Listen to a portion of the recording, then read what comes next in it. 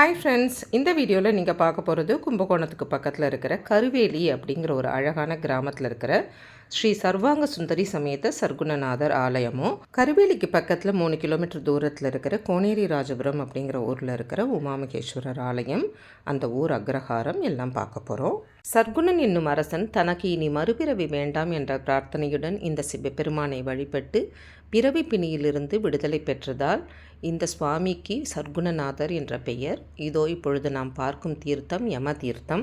யமதர்மராஜன் இந்த தீர்த்தத்தில் ஸ்நானம் செய்து இந்த தலத்து சிவபெருமானை வழிபட்டதாக ஐதீகம். பார்வதி தேவியோட தந்தையான தக்ஷன் தான் வளர்த்த யாகத்துக்கு சிவபெருமானை அழைக்காமல் வச்சது. அங்கு பார்வதி தேவி போய் தன்னோட கணவருக்கு சரியான மரியாதை இல்லைன்னு கோச்சிண்டு அந்த ஹோமத்தில் விழுந்து இறந்தது இந்த கதை நம்ம எல்லாருக்கும் தெரியும். தன்னோட அன்பு மனைவியோட பிரிவை தாங்க முடியாத சிவபெருமான் பித்து பிடிச்சவர் மாதிரி ஊராக சுற்றி திரிஞ்சுட்டு கடைசியில் வந்து அமர்ந்த இடம்தான் இந்த கருவேலி. இந்த சிவபெருமானோட சேர்வதற்காக இந்த ஊர்லேருந்து 1/2 கிலோமீட்டர் தூரத்தில் இருக்கிற அம்பாச்சிபுரம் அப்படிங்கிற ஒரு கிராமத்தில் பார்வதி தேவி சர்வாங்க சுந்தரியாக அவதாரம் செய்கிறா. இதோ கோவிலுக்குள்ளே நுழையிறோம். இந்த கோவிலில் துவஜஸ்தம்பம் கிடையாது. திருநாவுக்கரசரால் பாடல் பெற்ற ஸ்தலம் என்பதால் இந்த கோவில் 7ஆம் நூற்றாண்டில் கட்டப்பட்டிருக்கலாம் என்று கருதப்படுகிறது.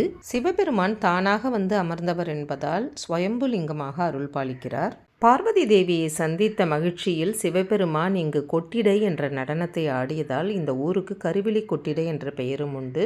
தட்சிணாமூர்த்தி கையில் பாம்புடன் காட்சி தருகிறார். திருநாவுக்கரசரும் தனது பதிகத்தில் இந்த ஊரை கருவிலி கொட்டிடை என்றுதான் குறிப்பிட்டிருக்கிறார். அம்பாளுக்கென்று தனி சந்நிதி வெளிப்பிரகாரத்தில் வலதுபுறமாக அமைந்துள்ளது.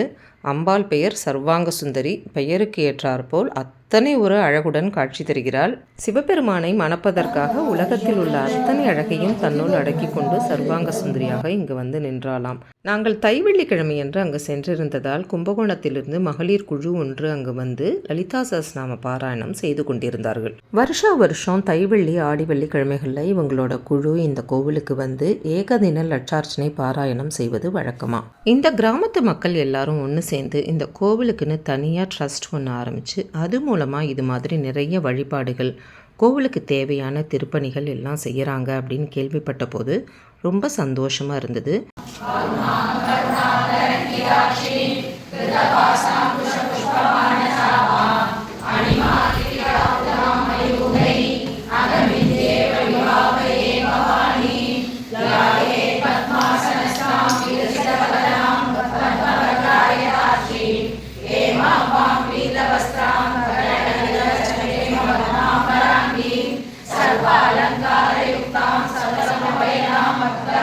கோனேரி ராஜபுரம் கோவில் மூடுறதுக்குள்ளே போகணுங்கிறதுனால எங்களால் முழுசாக பாராயணத்தில் உட்கார முடியலை.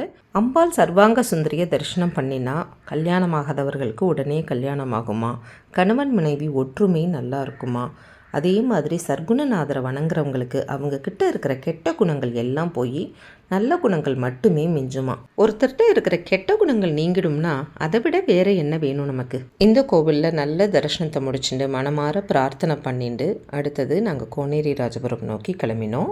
இப்போ நம்ம போக போகிற கோனேரி ராஜபுரம் உமாமகேஸ்வரர் ஆலயத்தை மையமாக வச்சுட்டு அதை சுற்றி அஷ்டதிக்பாலர்கள் வழிபட்ட 8 கோவில்கள் இருக்குது. அதில் யமபகவான் சிவபெருமானை வழிபட்ட கோவில் தான் இந்த கருவேலி கோவில். இப்போ நம்ம போகிற வழிமுழுக்க நீங்கள் பார்த்து ரசிக்கணும். அத்தனையும் பச்சை பசேல்னு கண்ணுக்கு குளிர்ச்சி அவ்வளோ அழகாக இருக்குது. ஏன்னா இப்போ நம்ம போகிற ரோடு எல்லாமே கிராமத்து சாலைகள். ஒரு கிராமத்துலேருந்து இன்னொரு கிராமத்துக்கு போகிற அழகான சாலைகள். 2 பக்கமும் வயல்வெளி, தண்ணி, பறவைகள் அப்படின்னு இது மாதிரி காட்சி நம்மளால் வேறு எங்கேயும் பார்க்க முடியாது. இந்த சுற்று வட்டாரம் முழுக்க விவசாயம் மட்டும்தான் தொழில்ங்கிறதுனால இங்கே வேறு எந்த ஒரு செயற்கை கலப்பும் நம்ம பார்க்க முடியாது. இப்போ கிராமத்து மக்கள் எல்லாமும் நகரத்தை நோக்கி நகர்ந்துட்டதுனால இங்கே பாப்புலேஷனும் ரொம்ப குறைச்சல். அதனால கூட்டமும் கிடையாது, அமைதி. போகிற வழியிலலாம் அங்கங்கே சின்ன சின்ன கிராமங்கள், அழகான எளிமையான வீடுகள், பரபரப்பு இல்லாத வாழ்க்கை அப்படின்னு பார்க்குறதுக்கே அவ்வளோ சந்தோஷமாக இருந்தது. நம்மளாம் நகரத்து பரபரப்பான சொகுசு வாழ்க்கைக்கு அடிமையாகி இந்த மாதிரி அமைதியான வாழ்க்கையை இழந்துட்டோமோ அப்படின்னு கூட தோணித்து. இதுதான் கோனேரி ராஜபுரம் பஸ் ஸ்டாப். இங்கே தான் கும்பகோணத்துலேருந்து வர பஸ் எல்லாம் நிற்கும். ஒரு காலத்தில் அக்ரஹாரத்துலேருந்து இந்த இடத்துக்கு வண்டி கட்டின்னு தான் வருவோம். இப்போ நிறைய ஆட்டோ வசதியெல்லாம் இருக்குது. இதோ எழுத்தாப்பில் தெரியறது தான் கோனேரி ராஜபுரம் கோயில். புராண காலத்தில் இந்த கோவிலுக்கு பூமீஸ்வரம் அப்படிங்கிற பேர் உண்டு.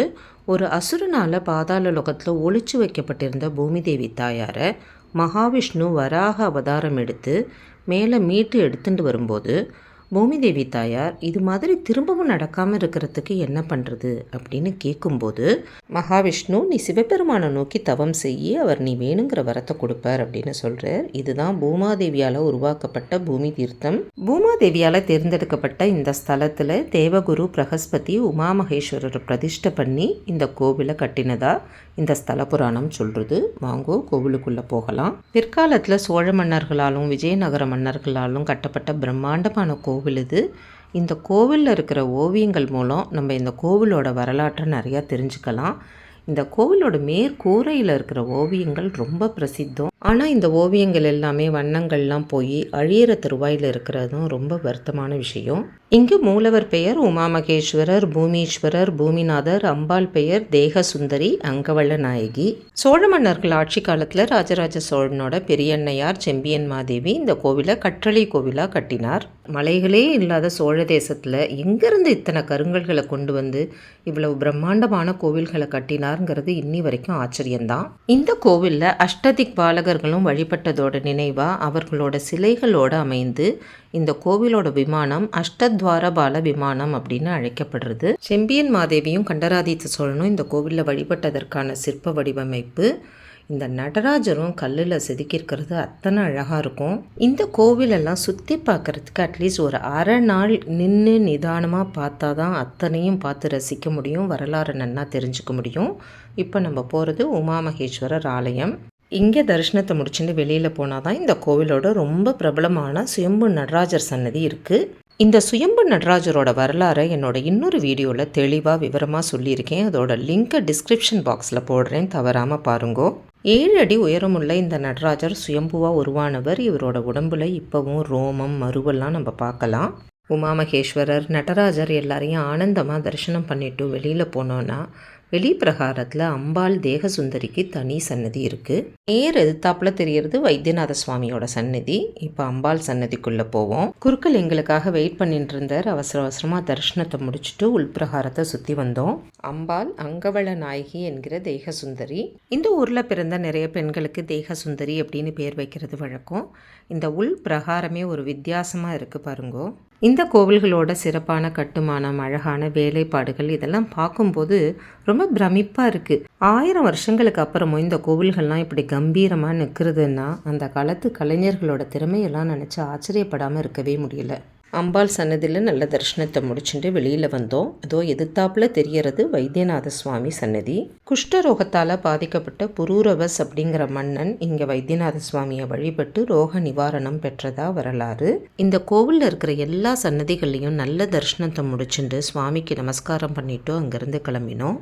எங்கள் அம்மா பிறந்த ஊர் இதுங்கிறதுனால தான் இந்த ஊர் சுவாமியோட பேரை எனக்கு வச்சா உமாமகேஸ்வரி அப்படின்னு. இதோ அக்ரஹாரத்துக்குள்ளே நுழையிறோம். இந்த வீடை பாம்பே சாணக்கியா அவர்களோட கர்மா சீரியலில் உங்களில் நிறையா பேர் பார்த்துருப்பீங்க. அதோ என்னோட மாமா நாங்கள்லாம் வரத்துக்காக வெயிட் பண்ணிட்டு இருக்க.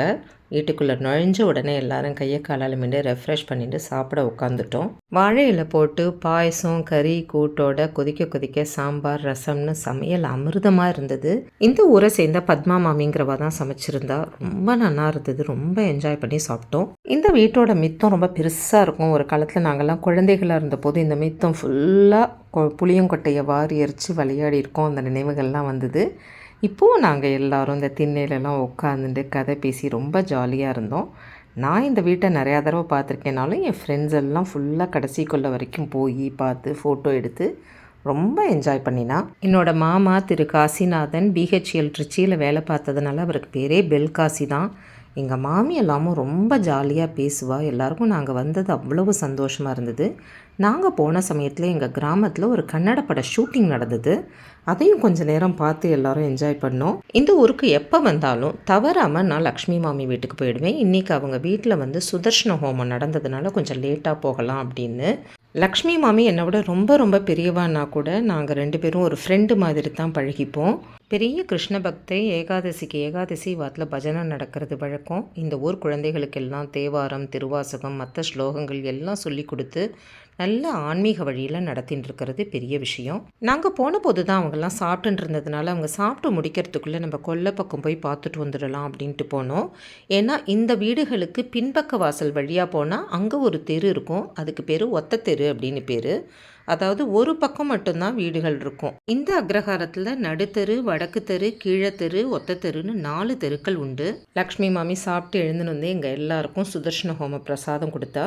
முன்னாடியே சொல்லியிருந்தா இங்கேயே சாப்பிட வந்திருக்கலாமே அப்படின்னு கூட கோச்சுண்டா. லக்ஷ்மி மாமி இந்த ஊர் குழந்தைகளுக்கு ஸ்லோகங்கள் பஜனை மட்டும் இல்லாமல் கும்மி, கோலாட்டம் அது மாதிரியெல்லாம் கற்றுக் கொடுத்து நாள்கிழமைகளில் கோவிலெல்லாம் ஆட வைக்கிறா. மாமி கிட்டக்க நிறையா பேசிட்டு நமஸ்காரம் பண்ணி ஃபோட்டோ எடுத்துட்டு அங்கேருந்து கிளம்பினோம். அப்படியே தெருவில் இருக்கிற மற்ற வீடுகள்லாமும் பார்த்துட்டு ஒரு வாக் மாதிரி போனோம். இதோ இந்த வீட்டுக்குள்ளே போகணும்னு ஆசை, எப்போவும் பூட்டி தான் இருக்கும். இந்த தடவை இந்த ஷூட்டிங்க்கு வந்திருக்கிறவங்க எல்லாரும் இந்த வீட்டில் தங்கியிருக்கிறதுனால திறந்துருந்தது. ஆஹா, இந்த சான்ஸை மிஸ் பண்ணக்கூடாது அப்படின்னு எல்லாருமா உள்ளே போய் அந்த வீடை ஃபுல்லாக சுற்றி பார்த்தோம். அஃப்கோர்ஸ் ஹால், கிச்சன் இதெல்லாம் பார்க்க முடியலை. ஏன்னா அந்த ஷூட்டிங் குரூப் எல்லாரும் அவங்களோட திங்ஸை உள்ளெல்லாம் வச்சுருந்தாங்க.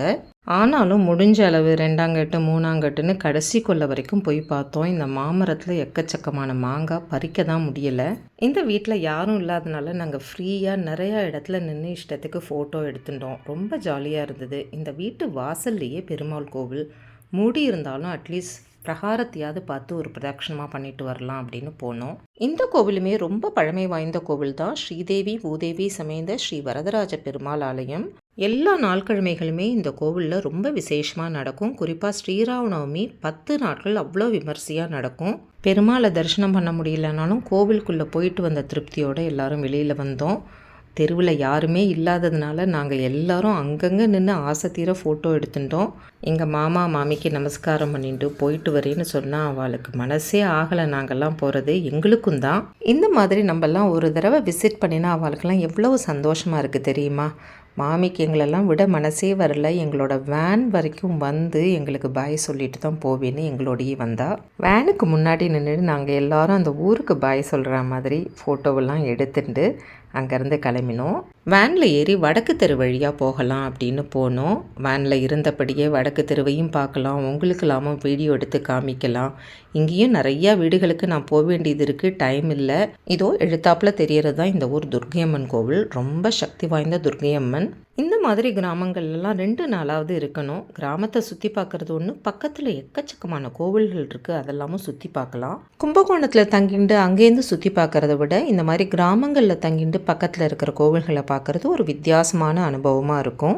அஃப்கோர்ஸ் சிட்டியில் கிடைக்கிற வசதிகள் கொஞ்சம் இங்கே குறைவாக இருந்தால் கூட இது ஒரு தனி விதமான சந்தோஷமாக இருக்கும். வழிநெடுக வயல்வெளிகளை பார்த்து ரசிச்சுட்டே போனோம். உப்பிலியப்பன் கோவில் கிட்டக்க ஒரு காஃபி ஷாப்பில் நிறுத்தி நல்லா சூடாக காஃபி குடிச்சிட்டு கும்பகோணத்தை நோக்கி போனோம். இதே மாதிரி ஒரு அழகான வீடியோவில் சுவாமிமலை திருவலஞ்சுழியில் உங்களை சந்திக்கும் வரை உங்களிடமிருந்து விடைபெற்றுக்கொள்வது உமா வெங்கட். பாய்.